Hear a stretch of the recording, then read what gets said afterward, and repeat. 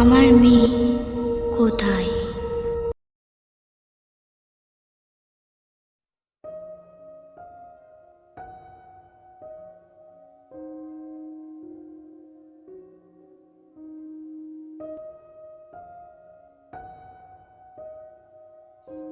এই ঘটনা আমার সাথে 1 বছর আগে ঘটেছিল।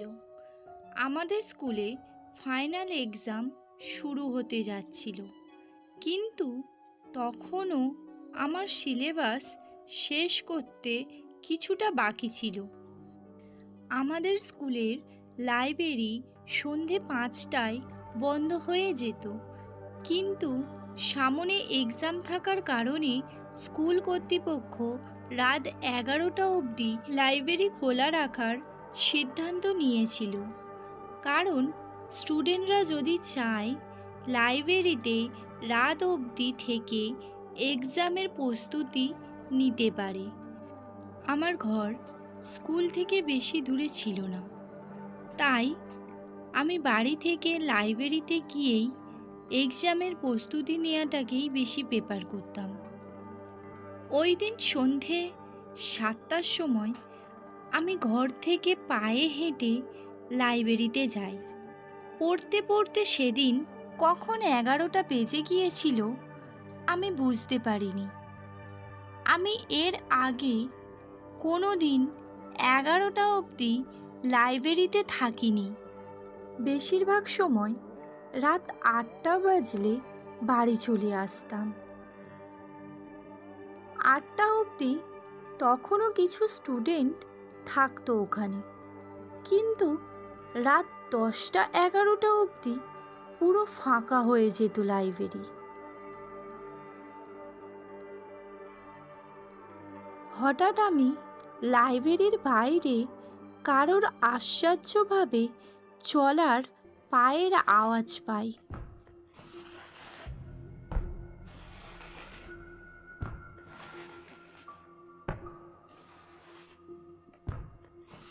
আমি তাড়াতাড়ি নিজের বইপত্র গুছিয়ে লাইব্রেরির রুম থেকে বেরিয়ে আসি। আমাদের স্কুলের লাইব্রেরির বাইরে একটা লম্বা করিডোর ছিল। সেখান থেকে খানিকটা হেঁটে ডান দিকে গেলে স্কুলের মেন রোড। আমি তাড়াতাড়ি মেন গেটের দিকে হাঁটতে লাগলাম। তখনই আমি দেখলাম করিডোরের এক কোণে কে একজন দাঁড়িয়ে আছে। সে যেই ছিল না কেন, আমি যত ধীরে ধীরে তার দিকে পৌঁছচ্ছিলাম আমার কেমন একটা দম বন্ধ হয়ে আসছিল। আমি ভয়ে ভয়ে আওয়াজ দিই, কে কে ওখানে? আমার এমন বলতেই কিছু সেকেন্ডের মধ্যে সে ওখান থেকে চলে যায়। আমি শান্তির নিঃশ্বাস ফেলি আর স্কুলের মেন গেট থেকে বেরিয়ে আসি। মেন গেট দিয়ে বেরিয়ে আমি বাড়ির দিকে হাঁটতে থাকি। আমি লক্ষ্য করলাম রাস্তায় আমি ছাড়া আর কেউ ছিল না। সেটা খুবই আশ্চর্য ব্যাপার ছিল, কারণ নর্মালি এই সময় রাস্তায় লোকজন দেখা যায় না। কিছুটা যাওয়ার পর আমি হঠাৎ রাস্তার ওপর একটি ছায়া দেখতে পেলাম।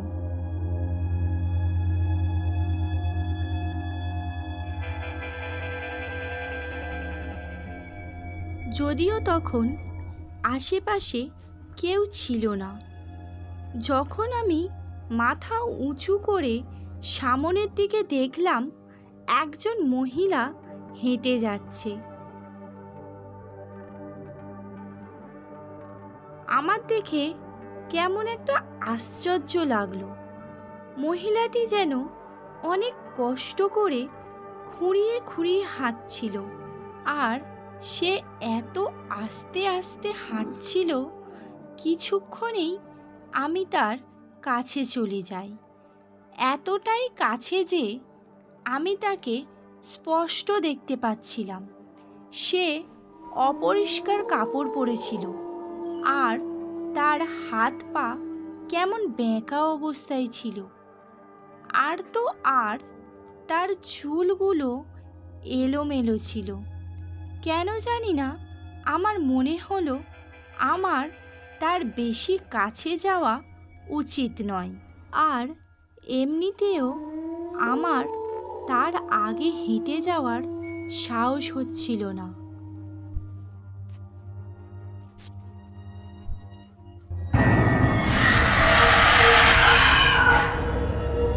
আমার মেয়ে কোথায়? আমার শরীর পুরো শিউরে উঠেছিল। ভয়ে না তো আমার মুখ থেকে কিছু বার হচ্ছিল, আর না তো আমি শরীর হেলাতে পারছিলাম। আমি বুঝতে পারছিলাম না তার প্রশ্নের আমি কী উত্তর দেব। ভয়ে আমি আঙুল দিয়ে মহিলাটাকে দূরে ইশারা করলাম, ও ও ওখানে। আমি শুধু চাইছিলাম সে ওখান থেকে চলে যাক। সে খুঁড়িয়ে খুঁড়িয়ে ওই দিকে চলে যায় যেদিকে আমি ইশারা করেছিলাম, আর অন্ধকারে কোথাও উধাও হয়ে যায়। আমার প্রচণ্ড ভয় লাগছিল মহিলাটাই যেন আবার না চলে আসে। তাই আমি বাড়ির দিকে জোরে জোরে হাঁটতে থাকলাম। আমি চাইছিলাম রাস্তায় যদি কোনো গাড়ি বা মানুষকে দেখতে পাই তাহলে আমি তার হেল্প নিতে পারি। ঠিক সেই সময় আমি সেই মহিলাটির চিৎকার শুনতে পাই।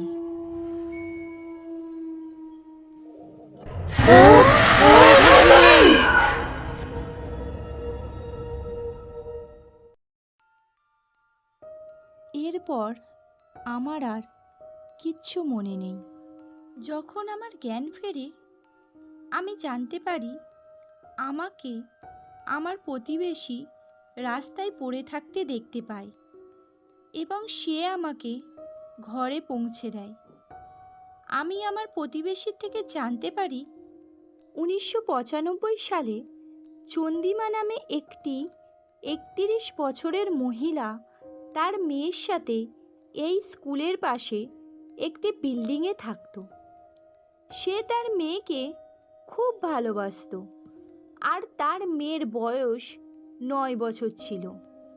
সে ওই স্কুলেই পড়তো। একদিন স্কুলে খেলতে খেলতে স্কুলের টপ ফ্লোর থেকে পড়ে মারা যায়। চন্দিমা তার মেয়ের এইভাবে মৃত্যু মেনে নিতে পারেনি, তাই সে ওই স্কুলের ছাদ দিয়ে পড়ে আত্মহত্যা করে। তারপর থেকে শুনতে পাওয়া যায় চন্দিমার আত্মা এইখানে ওই স্কুলে এবং স্কুলের আশেপাশে তার মেয়েকে খুঁজে বেড়ায়। বন্ধুরা, স্টোরি ভালো লেগে থাকলে লাইক করো, চ্যানেলে নতুন হয়ে থাকলে চ্যানেলটিকে সাবস্ক্রাইব করো। দেখা হচ্ছে নেক্সট ভিডিওতে। ততক্ষণ সবাই সুস্থ থেকো, ভালো থেকো, বাই।